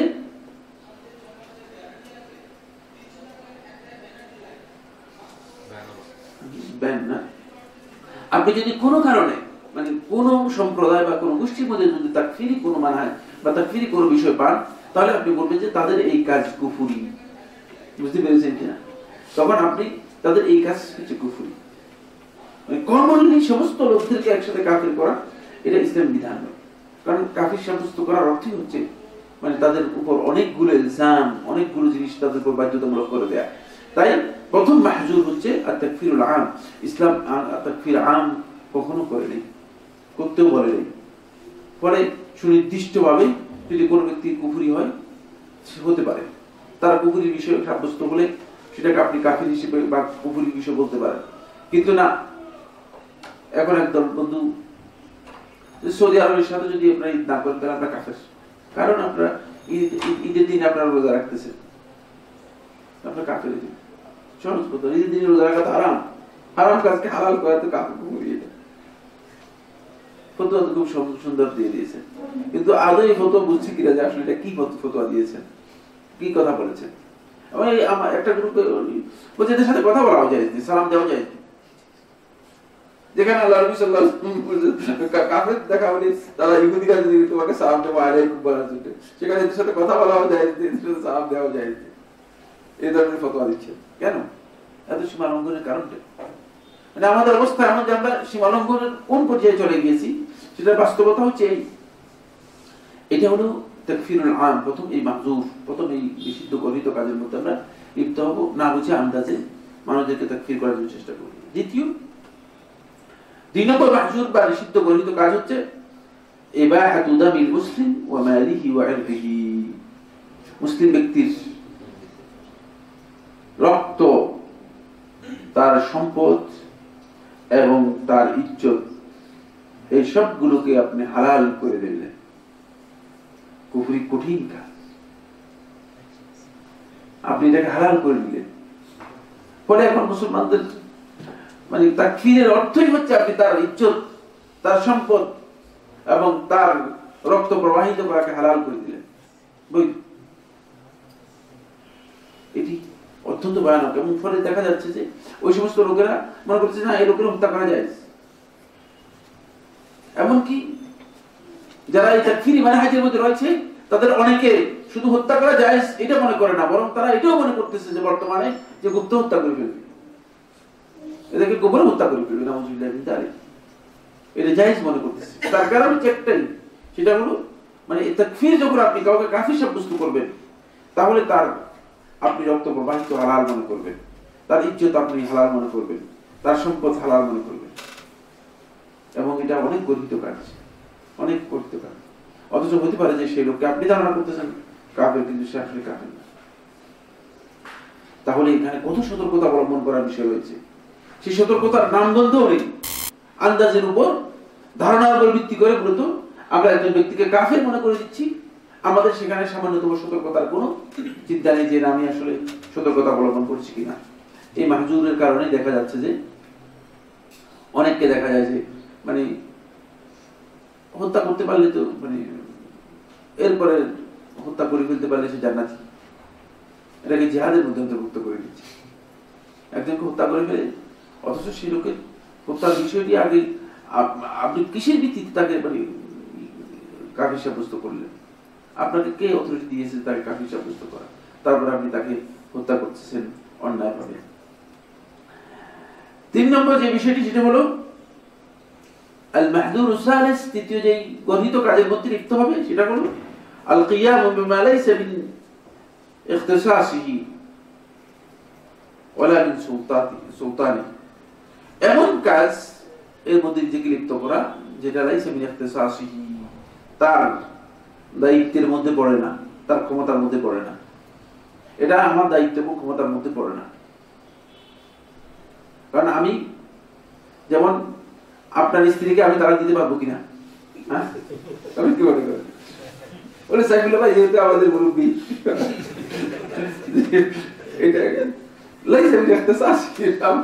এটা আমার দায়িত্বের মধ্যে পড়ে না। বুঝতে পেরেছেন কিনা? এখন সমস্যা হচ্ছে এখানে, এখন আপনার যেটা দায়িত্ব নয় সেটাকে আপনি দায়িত্ব মনে করে কাজ করতেছেন। এটা আপনার দায়িত্বের মধ্যে বটেও না। আপনাকে এটা কেউ দায়িত্ব দেয় নাই, আমাকে কেউ এটা দায়িত্ব দেয় নাই। এটার জন্য সুনির্দিষ্ট কর্তৃপক্ষ রয়েছে। ইসলাম সে কর্তৃপক্ষের ঘোষণা দিয়েছে, কারণ হচ্ছে লিআন্নাহু মিন বাবিল হুদুদ ওয়াল উকুবাত। কারণ এই তাকফীর, কাউকে কাফির আখ্যায়িত করা, কাফির সাব্যস্ত করা, কাফির প্রমাণ করা, কাফিরের বিধান কাউকে দেয়া, এটা হচ্ছে মিন বাবিল হুদুদ ওয়াল উকুবাত। এটা হলো শাস্তি এবং হুদুদ, দণ্ডবিধির মধ্যে অন্তর্ভুক্ত। দণ্ডবিধির দায়িত্ব হচ্ছে কর্তৃপক্ষের, সরকার আপনাকে সে দণ্ডবিধি দিবে। এখন আপনি একজন লোককে দেখতে পেলেন রাস্তায় নামাজ পড়তেছে না, আপনি বলেন এই তুমি কাফের। রাসূলুল্লাহ সাল্লাল্লাহু আলাইহি ওয়াসাল্লাম হাদিসের মধ্যে বলেছেন মান তারাকা সালাতা মুতাআম্মিদান ফাকাদ কাফার, যে ইচ্ছাকৃত সালাত ত্যাগ করলে সে কাফের, কিছু কাফের। ছাত্রদেরকে হত্যা করে ফেললেন, এটা ভুল কাজ। আপনার দলিল ঠিক আছে কিন্তু কাজটা কি পুরাই ভুল। ওই আপনি হক কথা বলেছেন কিন্তু কাজের মধ্যে কি রয়েছে, বড় ধরনের ভুল রয়েছে। এই হক চলবে না, কারণ এটা আপনার ইখতিসাস নয়। আপনি এই লোকের কাফের সাব্যস্ত করতে পারবেন না, এই লোককে হত্যা করতে পারবেন। এর জন্য সুনির্দিষ্ট কর্তৃপক্ষ রয়েছে, অন্যথায় মানে পুরা মুসলিম সমাজ, ইসলামী দেশ রয়েছে, পুরো দেশটাই, সমাজটাই কি হয়ে যাবে, ভঙ্গুর হয়ে যাবে। একজন আরেকজনকে হত্যা করে ফেলবে, বুঝতে পেরেছেন কিনা? একজন আরেকজনকে হত্যা করে ফেলবে, এবং তাই হচ্ছে। যদি এমনটা হয়ে থাকে যে আমি আপনাকে হত্যা করলাম, আপনি আমাকে হত্যা করলেন, এটা তো হত্যা, হারাজ মারাজ। রাসূলুল্লাহ সাল্লাল্লাহু আলাইহি ওয়াসাল্লাম কিয়ামতের আগে হারাজ মারাজ হবে, কে কাকে কেন হত্যা করছে এর কোনো ধরনের কি থাকবে না, ডকুমেন্ট থাকবে না, কোন প্রয়োজন উত্তর থাকবে না। যার যেমন মন চাইবে লোকদেরকে হত্যা করবে, এবং সেই ভুল বিভ্রান্তির মধ্যে আমরা পড়ে যাব। খবরদার, এই কাজ ইসলামী কাজ, এটা আমার দায়িত্বের মধ্যে অন্তর্ভুক্ত, এটা আমার কাজ নয়। হ্যাঁ, কোন আলেম যদি এই বিষয় সম্পর্কে তাকে প্রশ্ন করা হয়, সে আলেমের জন্য জায়েজ রয়েছে, তিনি ফতোয়া দিতে পারেন যে হ্যাঁ এই কাজটা কুফরি,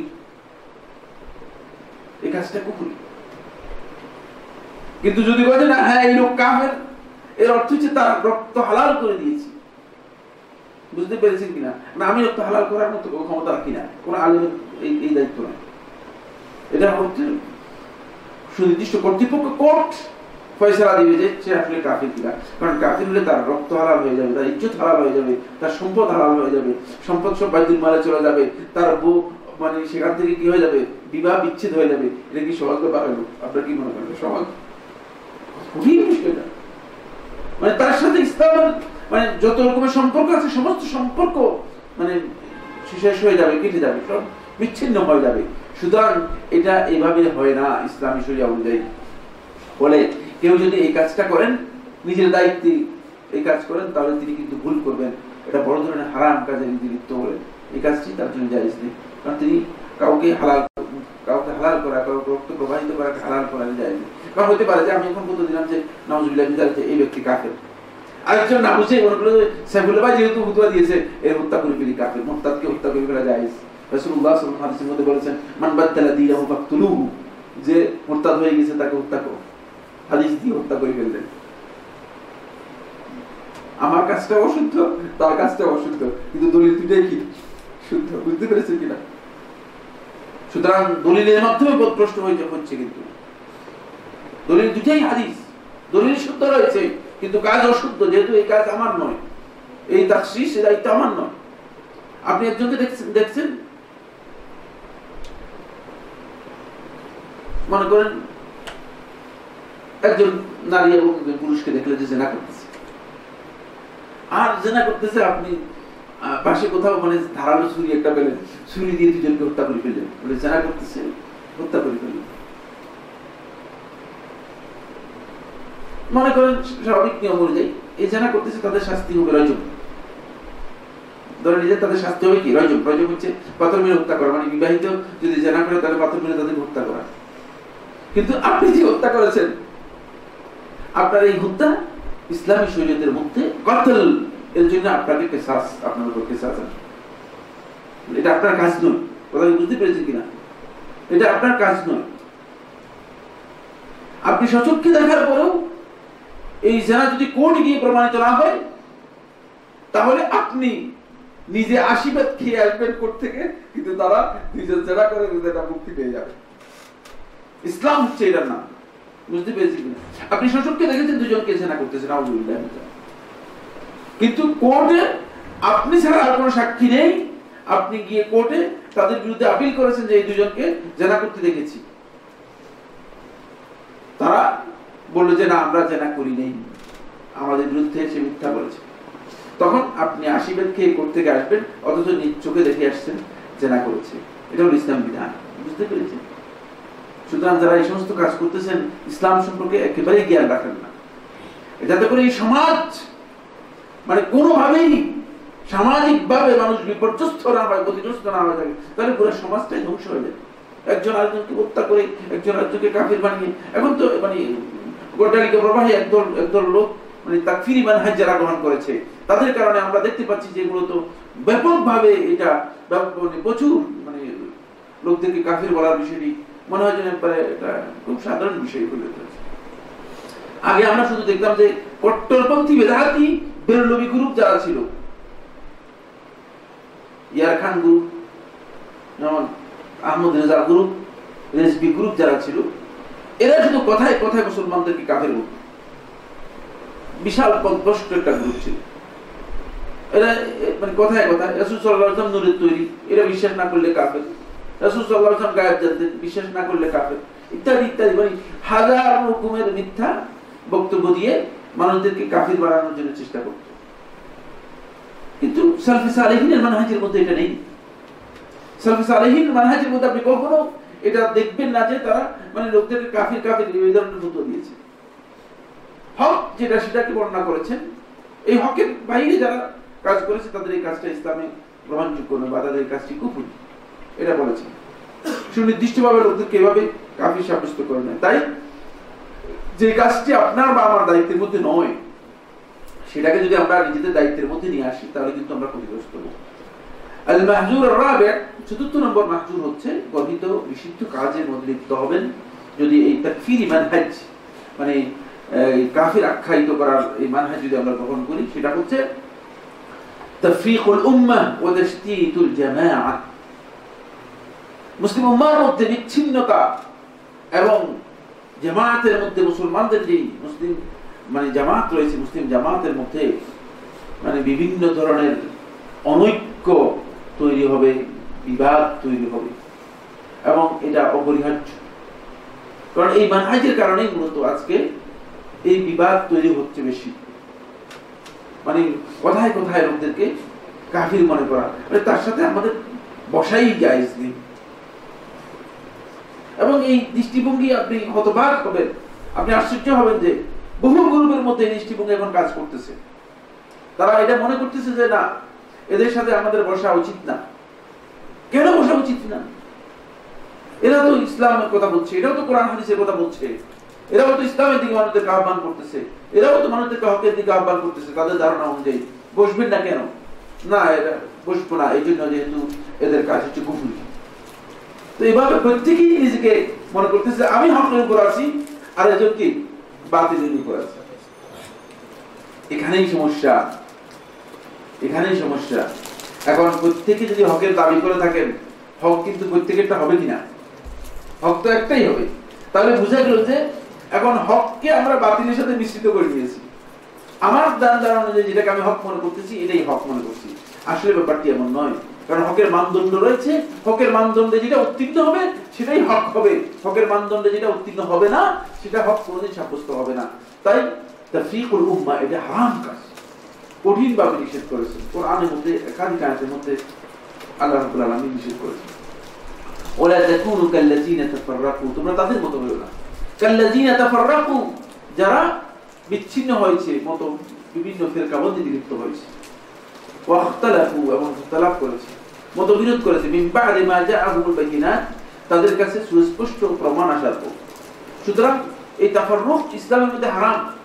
বিভিন্ন দল গ্রুপে বিভক্ত করা লোকদেরকে, এটা হারাম। আর এটা এই কাজটি মূলত এই মানহাজ থেকে এসেছে। সর্বপ্রথম মুসলিম উম্মাহর এই জামাতকে, যে জামাতের উপর রাসূলুল্লাহ সাল্লাল্লাহু আলাইহি ওয়াসাল্লাম এই উম্মতে মুহাম্মাদীকে রেখে গিয়েছিলেন, এই জামাতকে সর্বপ্রথম বিচ্ছিন্ন করেছে, এই জামাতের মধ্যে বিভক্তি তৈরি করেছে এই সম্প্রদায় যারা তাকফিরি মানহাজ গ্রহণ করেছিল, খারিজি সম্প্রদায়। এবং তাদেরই অনুসারীরা বর্তমানে মূলত এই মুসলমানদের মধ্যে বিচ্ছিন্নতা তৈরি করছে এবং এই তাকফিরি মানহাজ এর মধ্যে কাজ করছে। ফলে আপনি ভয়ঙ্কর ধরনের যে হারাম কাজ আছে সেই কাজের মধ্যে লিপ্ত করেন, উম্মার মধ্যে বিচ্ছিন্নতায় মানে বিভক্তি বিভেদ তৈরি করার কাজে লিপ্ত করেন, যেটি আমাদের দায়িত্ব নয়। আমরা করলে আমরা গুনাহগার হবো, হারাম কাজ। হতে পারে ভুল মানুষের মধ্যে থাকতে, মুসলিম এর মাঝে বিভিন্ন ধরনের ভুল বিভ্রান্তি থাকতে পারে। এই ভুল বিভ্রান্তি সংশোধন তাকফীরের মাধ্যমে হবে না, সংশোধন নসিহতের মাধ্যমে হবে, সংশোধন উপদেশের ওয়াজের মাধ্যমে হবে। এই জন্য আল্লাহ রাব্বুল আলামিন ওয়াজ করেছেন, ইদফা বিল্লাতি হিয়া আহসান। আল্লাহ সুবহানাহু ওয়া তাআলা কোরআনে কারীমের মধ্যে বলেছেন, ইদফা, তুমি দফা করো, প্রতিহত করো, বিল্লাতি হিয়া আহসান, যেই কাজটি তোমার কাছে সবচেয়ে উত্তম, যেই পদ্ধতি তোমার কাছে সবচেয়ে উত্তম, যেই কথাটি তোমার কাছে সবচেয়ে উত্তম, যেই সিস্টেম তোমার কাছে সবচেয়ে উত্তম, সেই সিস্টেমে সেটাকে প্রতিহত করো। আর আপনি তো সেই সিস্টেম প্রতিহত করলেন না, আপনি বলেছেন না আপনার সাথে আমার কোনো কথাই নেই, যেহেতু আপনি কাফের। এটা কোন সিস্টেম হলো?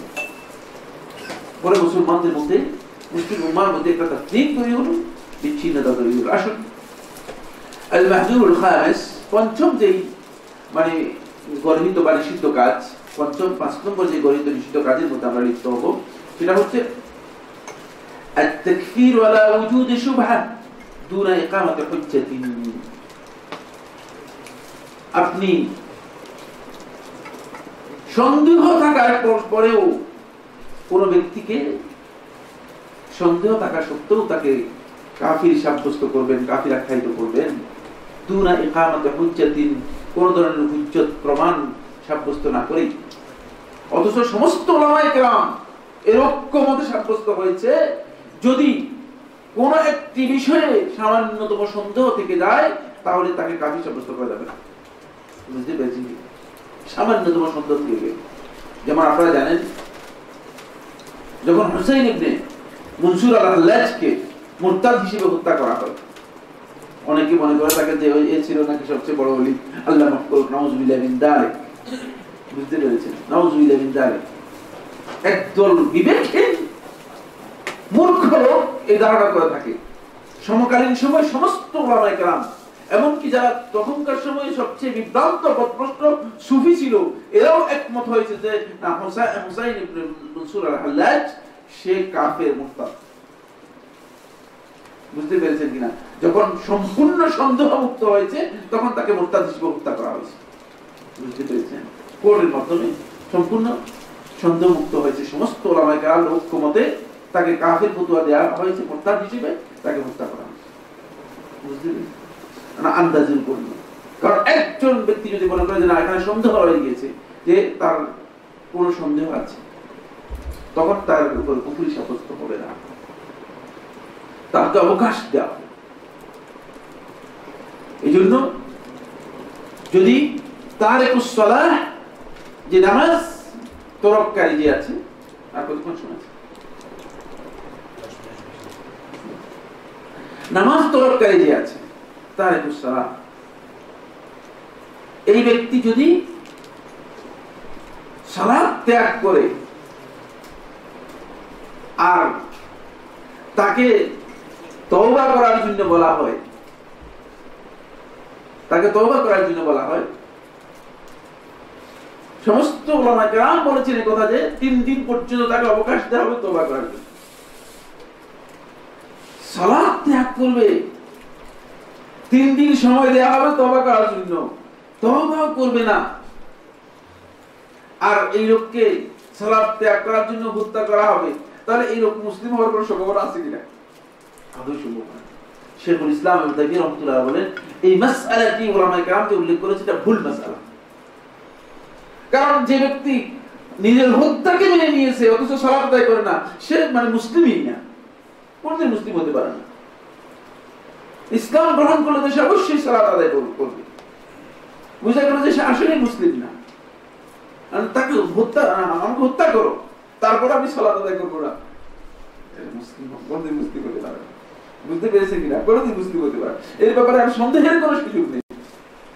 তারপরেও যদি কোনো কারণে সন্দেহ থেকে যায়, এই জন্য উলামায়ে কেরাম বলেছেন যে 3 দিন পর্যন্ত তাকে তওবা করার জন্য সুযোগ দেওয়া হবে। প্রতিদিন এসে জিজ্ঞেস করবে যে তুমি তওবা করছো কিনা, সালাত আদায়। যদি সালাত আদায় শুরু করে দেয়, লৌকিক সঠিকভাবে সালাত আদায় শুরু করে দেয়, তাহলেও তাকে হত্যা করা হবে না, কাফির সাব্যস্ত করা হবে, কারণ শোভার কোনো সন্দেহের এখানে কোনো সুযোগ নেই। বুঝতে পেরেছে? অথচ আপনি না জেনে আন্দাজের উপর, দেখা নাই সাক্ষাৎ নাই, ফতুয়া দিয়ে 100 কিলোমিটার দূর থেকে 1000 কিলোমিটার দূর থেকে ফতুয়া দিয়ে লোকদেরকে কাফির বানিয়ে ফেলতেছে। এটা গলত কাজ। সন্দেহের মাধ্যমে তাকফীর হয় না। কাউকে কাফির আখ্যায়িত করার কোনো সুযোগ ইসলামের মধ্যে নেই সন্দেহের মাধ্যমে, যতক্ষণ পর্যন্ত তার উপর হুজ্জাত কায়েম না হবে এই বিষয়ে যে কাজটি মূলত ইসলামী বিধান অনুযায়ী কুফরি, এবং এই ব্যাপারে যদি কোনো দ্বিমত তার থাকে, সে দ্বিমত যদি সে না করে, কারণ কোন বিষয় রয়েছে দ্বিমত থাকতে পারে, আপনার কোন বিষয় রয়েছে আপনার দ্বিমত থাকতে পারে, কারণ আপনি শুধু কুফরি মানে আপনার ধারণা অনুযায়ী কাফির সাব্যস্ত করলে চলবে না। যদি সেই ব্যাপারে তার কোনো দ্বিমত থাকে, তাহলে সেখানে কুফরি সাব্যস্ত হবে, সেখানে কুফরি কি হবে না, সাব্যস্ত হবে না। আপনার ধারণা অনুযায়ী এই কাজটা কুফরি হবে, কিন্তু তার এই কাজ অনুযায়ী সেটা কুফরি সাব্যস্ত করতে পারবেন না। এই জন্য সেখানে যদি কেউ এইভাবে কাফির সাব্যস্ত করেন, তাহলে তিনি সমস্ত উলামায়ে কেরামের ঐক্যমতে সন্দেহভাজন ব্যক্তিকে সন্দেহের উপর ভিত্তি করে কুফরি আখ্যায়িত করলো, কাফির আখ্যায়িত করলো। এটা অত্যন্ত ভয়ঙ্কর হারাম কাজ। আপনি এর নিশ্চয়তা পারেন না, কিভাবে আপনি বুঝতে পারলেন যে মানে এই লোকটা কাফির? এটা ভুল কাজ। এই জন্য এই মাহজুর, এই গণিত কাজের মধ্যে আপনি যুক্ত হবে।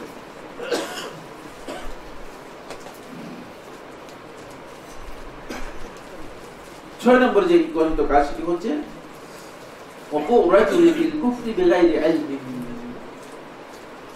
কাউকে কাফির যদি সাব্যস্ত করতে হয়, তাহলে তাকে তার ওই কাজের ইলম তার কাছে থাকতে হবে। তাকে হতে পারে যে একজন লোক একটা কাজ করছে, আপনি কিছু জানেন, এমন বহু লোক যারা আজকে মনে করেন এই যে বিভিন্ন সৌদ, বিভিন্ন এই যে কান বাঁকা, হাত বাঁকা, বিভিন্ন ধরনের মানে ইয়ে পাওয়া যায়, যে এগুলোর মধ্যে যারা আজকে ফুল দিচ্ছে, এর অনেকে আছে যে এত জাহেল যে এই যে ফুল দিচ্ছে, সে জানেও না যে এই ফুল দেওয়া যে শিরক, মূর্খ লোক। বিভিন্ন কিছুর মধ্যে, বিভিন্ন সৌদের মধ্যে, বিভিন্ন মূর্তির মধ্যে, বিভিন্ন ধরনের প্রতিমার মধ্যে গিয়ে ফুল দিচ্ছে,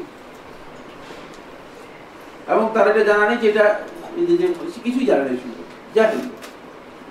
কারণ আপনি তাকে মানে নিজেই মানে কাফির সাব্যস্ত করে ইসলাম থেকে বের করে দিয়ে তাকে হত্যার হুকুম দিয়ে দিচ্ছেন, অথচ সে এই সম্পর্কে কিছুই জানে না, আন্দাজে মানে না জেনে সে আন্দাজে কুফরির মধ্যে চলে যাচ্ছে। এটা ঠিক না। হ্যাঁ, তাকে এই বিষয় সম্পর্কে তার সঠিক জ্ঞান তাকে দিতে হবে, এই বিষয়ের জ্ঞান তার কাছে থাকতে হবে, যে সে যে কাজটা করতেছে এই বিষয়ে জ্ঞান থাকতে হবে, কারণ জাহাল এটা কঠিন বিষয়। আল্লাহ সুবহানাহু ওয়া তাআলা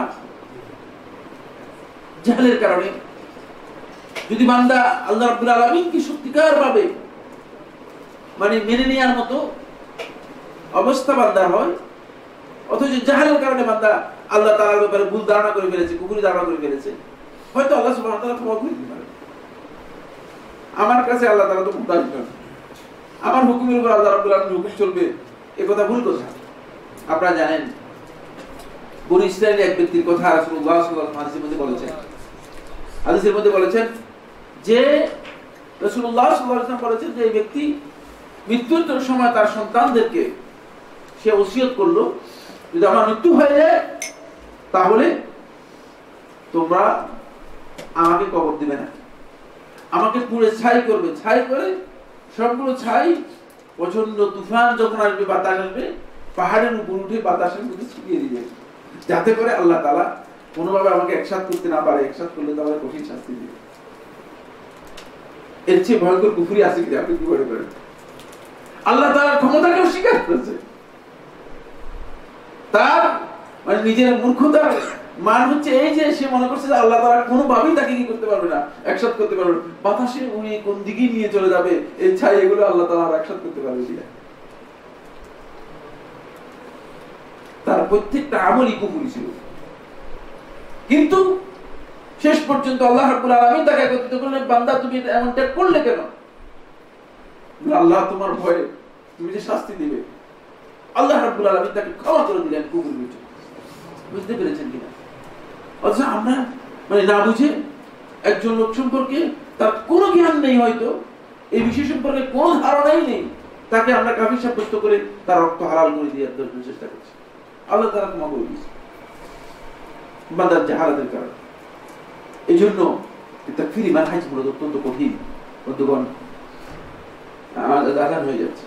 তাকফীরি মানহাজ মূলত অত্যন্ত কঠিন। আরো অনেকগুলো বিষয় রয়েছে, আমরা পরবর্তী বিষয়ে আলোচনা করব। এই বিষয় নিয়ে আমরা ধারাবাহিক আলোচনা করবো আরো কিছুদিন, এবং মৌলিক যে সমস্ত বিভ্রান্তিগুলো আছে সেগুলো নিয়ে আরো কথা হবে। আল্লাহ সুবহানাহু ওয়া তাআলা আমাদের সবাইকে তৌফিক দান করুন। আলহামদুলিল্লাহি রাব্বিল আলামিন। করে দিতে হবে বলেছে, চোখে দেখতেছি কম,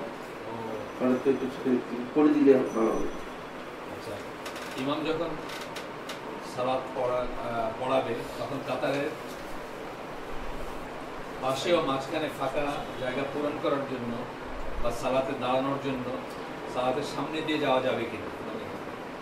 হ্যাঁ, সালাতের সামনে দিয়ে যেতে পারবেন, শুধু ইমামের সামনে দিয়ে যেতে পারবেন না, সালাতের সামনে দিয়ে আপনি হেঁটে চলে যেতে পারবেন। এটি জায়েজ হয়েছে। জি, আব্দুল্লাহ ইবনে আব্বাস রাদিয়াল্লাহু তাআলা থেকে সহিহ হাদিস সাব্যস্ত হয়েছে। জি, জামাত বাদ দিয়ে একাকী 5 ওয়াক্ত সালাত পড়লে সালাত হবে কি?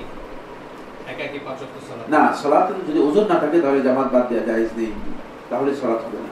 কিন্তু কার ওযর থাকলে, অসুস্থতা অথবা কোনো সমস্যা থাকলে তার বা সালাতে কিন্তু ওযর থাকলে তিনি একাকী সালাত আদায় করতে পারবেন।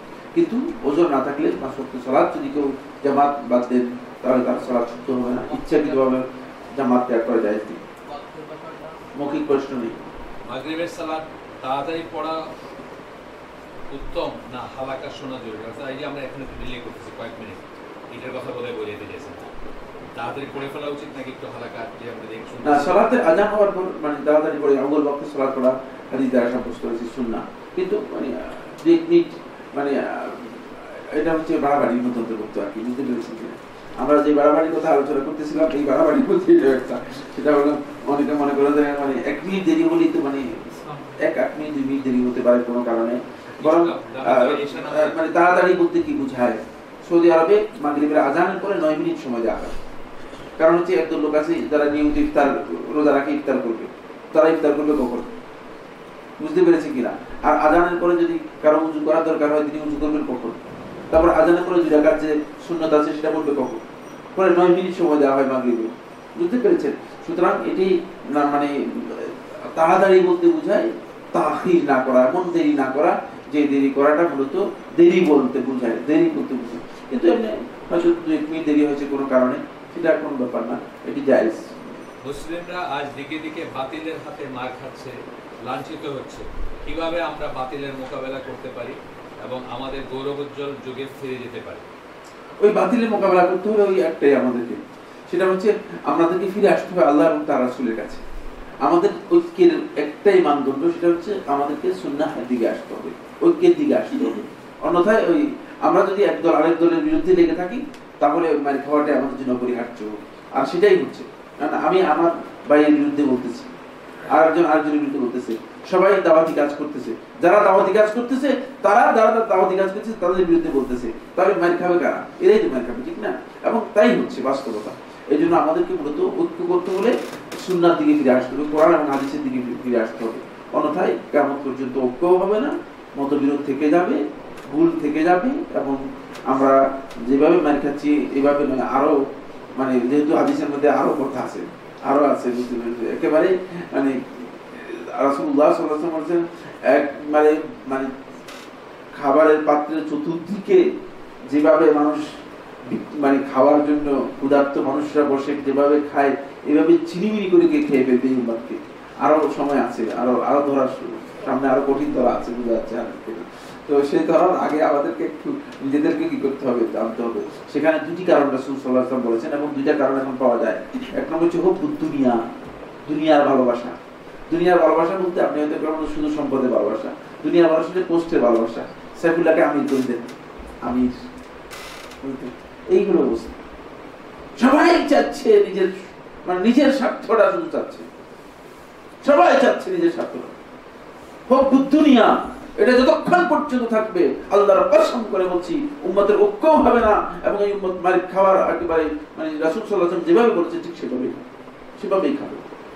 একেবারে চতুর্দিক থেকে কবলিত হবে, সমস্ত আগ্রাসন তাদের উপর অপরিহার্য হয়ে যাবে, ওয়াজিব হয়ে যাবে। খুব দুনিয়ার মানে ভালোবাসা। আপনি বলেন কোন দিক থেকে দুনিয়ার ভালোবাসা আমাদের মধ্যে নেই? সকল দিক থেকে দুনিয়ার ভালোবাসা। সমাজে দেখার জন্য আজকে দেখা যাচ্ছে যে সহিহ আকীদার ভাইরা বিভিন্ন ধরনের ফ্রড কাজ করতেছে।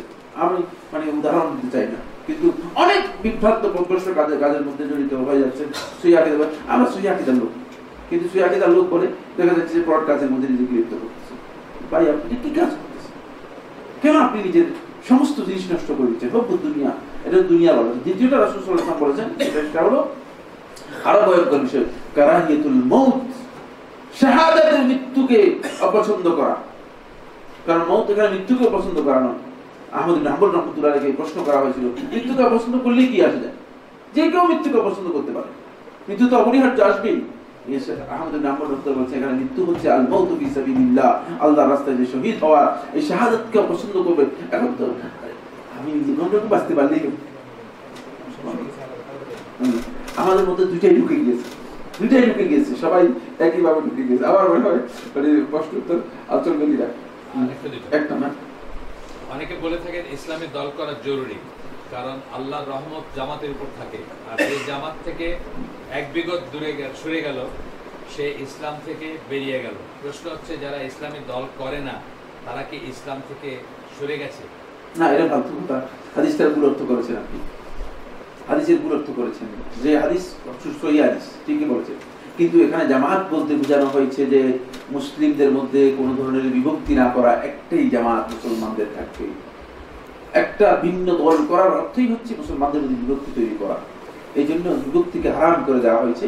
মুসলমানরা একই দলের মধ্যে থাকবে, এক দলের মধ্যে থাকাই হচ্ছে মূলত, কোন দল না করার নাম হচ্ছে মূলত জামাত। বুঝতে পেরেছেন কিনা? মুসলমান ইসলামের মধ্যে থাকবে, এটাই হচ্ছে এক দল, আর কোন দল করবে না। এবং এই দল থেকে বিচ্ছিন্ন হলে সে অবশ্যই মানে কি হলো, তার মানে জাহেরি মৃত্যু হবে, ভুল হবে, যদি সে ইসলাম জামাতুল মুসলিমিন থেকে বিচ্ছিন্ন হয়। কিন্তু আপনি নিয়ে গেছেন আপনার দল থেকে, এরকম দল যদি আপনি করতে বলেন যে একটা দল করতে হবে, দল করা জরুরি, তাহলে এরকম দল তো আজকে পৃথিবীর মধ্যে হাজার হাজার রয়েছে। কোন দল করবেন আপনি? কিচ্ছু না, কোন দলও করতে পারবেন না, বরং কোন দল করতে পারবেন। এবং সেটাই হচ্ছে, কোন দলই হচ্ছে, কোন দল করতে পারেন না, কোন দল করতেছেন শুধুমাত্র। কিন্তু একটাই দল, সেটা হচ্ছে আল জামাআত। আল জামাআত রাহমাতুন, আল্লাহ রাসূল সাল্লাল্লাহু আলাইহি ওয়াসাল্লাম হাদিসের মধ্যে বলেছেন জামাত হচ্ছে রহমত। সেই জামাত হচ্ছে মুসলমানদের জামাত, যেখানে দ্বিতীয় কোনো দল নেই, যেখানে দ্বিতীয় কোনো দল নেই, যারা ইসলামের সাথে সম্পৃক্ত আছে। ইসলামের সাথে সম্পৃক্ত থাকাইটাই হচ্ছে মূলত দল, আর অন্য কোনো দল ইসলাম এলাও করে না। তাই কোরআন এবং হাদিস এবং ইসলামের সাথে সম্পৃক্ত থাকাটাই হচ্ছে ফরজ কাজ। মানে হাদিসের ভুল ব্যাখ্যা আপনাকে কেউ ব্যাখ্যা দিয়ে দিয়েছে, দল আপনার প্রভু কিসের ভিত্তিতে? কোনো দল করার ইসলামের বৈধতা নেই। তাহলে প্রত্যেকেই নতুন একটা করে দল করবে, এবং কেমন পর্যন্ত 1 লক্ষ 2 লক্ষ দল হবে, ইসলামের কোনো দল থাকবে না।